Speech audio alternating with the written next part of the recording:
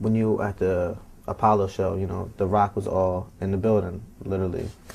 Beans, Freeway, the Young Guns, and everything.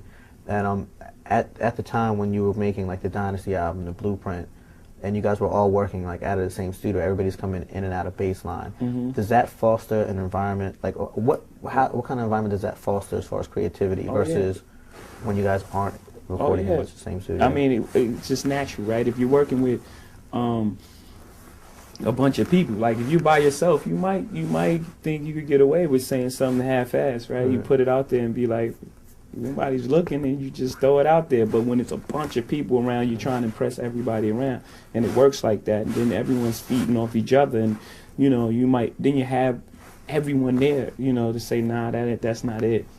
You know, then that's not what's up, and then it makes you step up the game. It creates an environment to make better music. I mean, if you look at the music that was made at that time, you know, that was everyone in one place.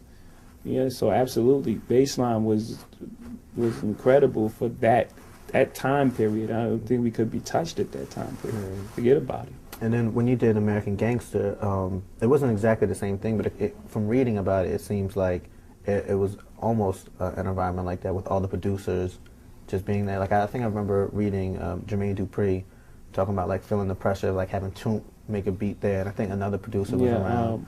No ID was in the corner, Toomp was there, then people was coming by, and I was playing the album, and you know, he was with his headphones and all his machines, and he was trying to make a beat. At one point I looked over to him and was like, you cool with this? Like, it was, I really, you know, I mean, I already respect him as a great producer, but that moment right there, to make that track, to make the track that he made in that type of environment was very difficult, to be honest with you, because it was like a party.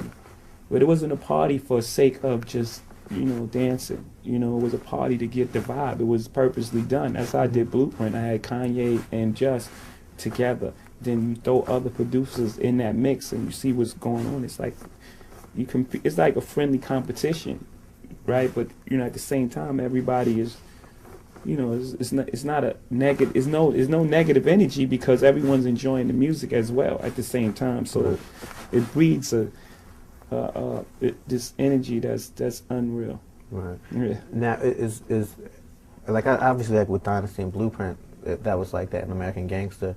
Was there situations where you didn't have an environment like that, where it was more isolated? Yeah, a lot of times. You know, a lot of times. How do you get it to the point where it becomes like how did you get it to that point where American Gangster it has to be organic though as well. You can't doctor that thing because that's what happens. You're right. You're gonna have that type of energy.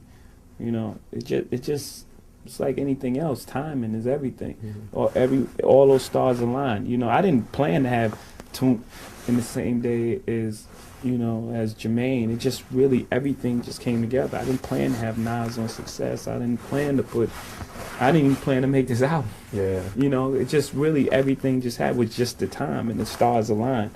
You know, who knew that Kanye West was going to be a great producer? Or Just Blaze, they were pretty much unknown. Right. They did a couple tracks with like a Mill and maybe a Bean song or something like that, but they hadn't done much work at that time. So I didn't know that those two was going to work out to make that. Right. You know, it was just the stars. Yeah.